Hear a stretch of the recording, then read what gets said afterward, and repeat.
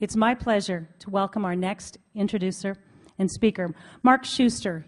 Mark Schuster is the founder and CEO of the Schuster Group, the founding sponsor of the No Place for Hate Luncheon.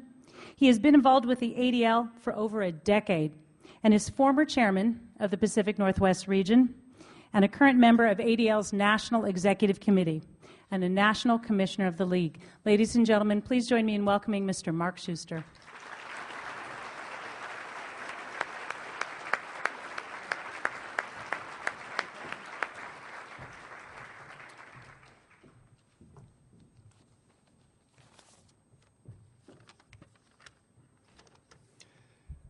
I get the fun job.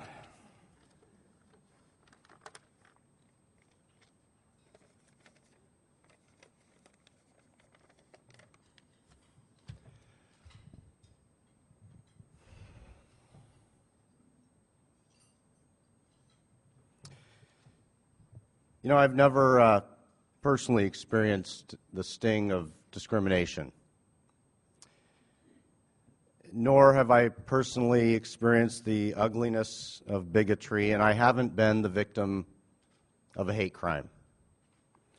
And in fact, quite opposite. I grew up in a family where we were taught at a young age to embrace diversity, to respect people based on our differences.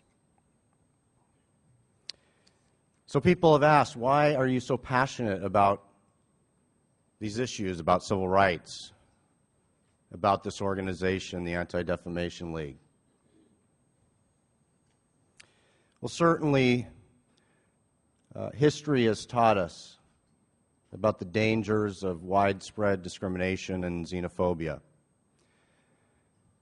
But I'm passionate about these issues because as I started to become a young adult, the little bubble I grew up in, that the world was all just and fine, started to burst. I started to see people discriminated against based on their race or their religion. I started to see the bigotry associated towards people based on their sexual orientation. And I started to see the horrific outcome of victims associated with hate crimes. Now, over the time of my involvement in civil rights, I've also seen a lot of progress and had a lot of hope.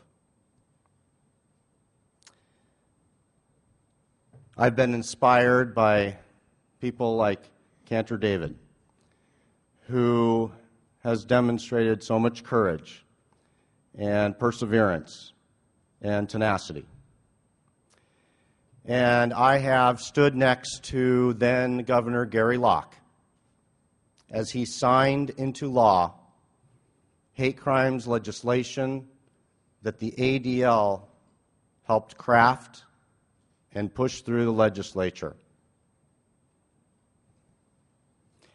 And I've been in a room at the University of Washington, a great hall, where we brought in kids for an ADL program called Reducing Adolescent Prejudice. We brought in kids from all over different high schools, different communities, from different socioeconomic backgrounds. And for a day, we spent time breaking down barriers. And at the end of that day, these wonderful young people took these ideals back to their schools to tell their friends. But my friends, I have to tell you, I have a feeling these days that, in a way, we're failing. We're failing when, just over the past 2 months, we've all seen on the news 5 young adults who have had the sense of no way out, nowhere to turn, nowhere to go, no way to escape the insidious intimidation and discrimination than to take their own lives.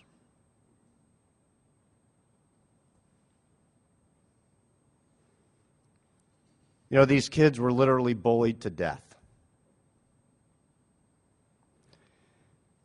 No child should be scared to go to school and subject to this type of bullying, and no parent should have to bury their child because of who they are. You know, I want you to imagine yourself for a moment as a child who every day gets off the school bus,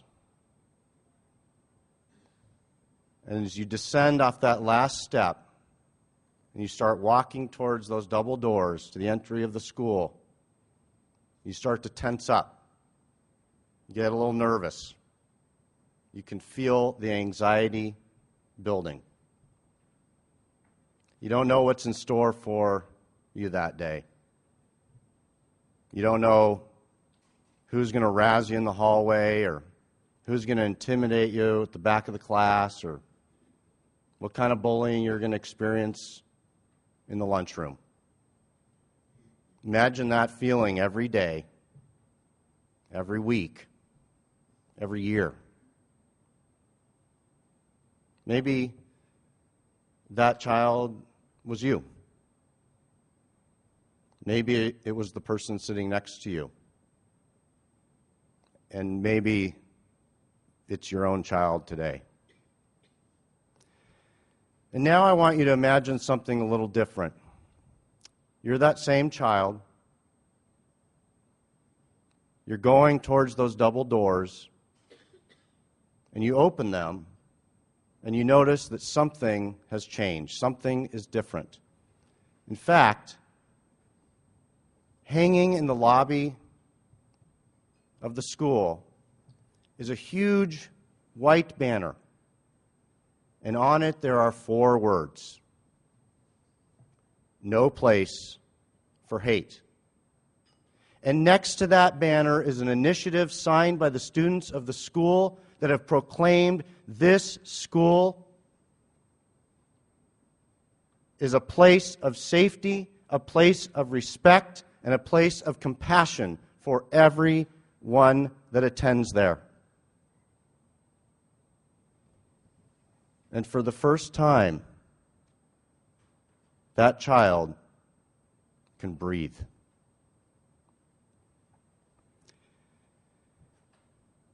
You know, these are the types of programs that the ADL is putting in our communities, and whether it's these anti-bias programs that are in our schools that we're putting on, or helping people that are being discriminated against, or writing and passing hate crimes legislation to protect us, the citizens of our state, or working with law enforcement to track down these bad guys in our communities. The ADL is here. Here, creating a more just society. Here, protecting us. And here,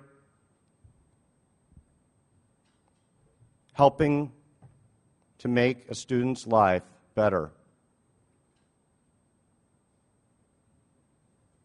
You know, if we can save one life, and that's really what it started to come down to these days, if we can save one life, then certainly the work we're doing in our community is worth it. So I'm going to ask you to help us. I'm going to ask you to make sure that we can keep doing the important work in our community that we're doing out of the Seattle office every day. And I'm not going to use a couple of typical metaphors that you are used to hearing at these events. Like, I'm not going to ask you to compare what you give today to the amount of money you spend at Starbucks or Tully's. And I'm not going to ask you to reconsider the amount that you had in your head when you walked in here to give and give more. I'm not going to do that either.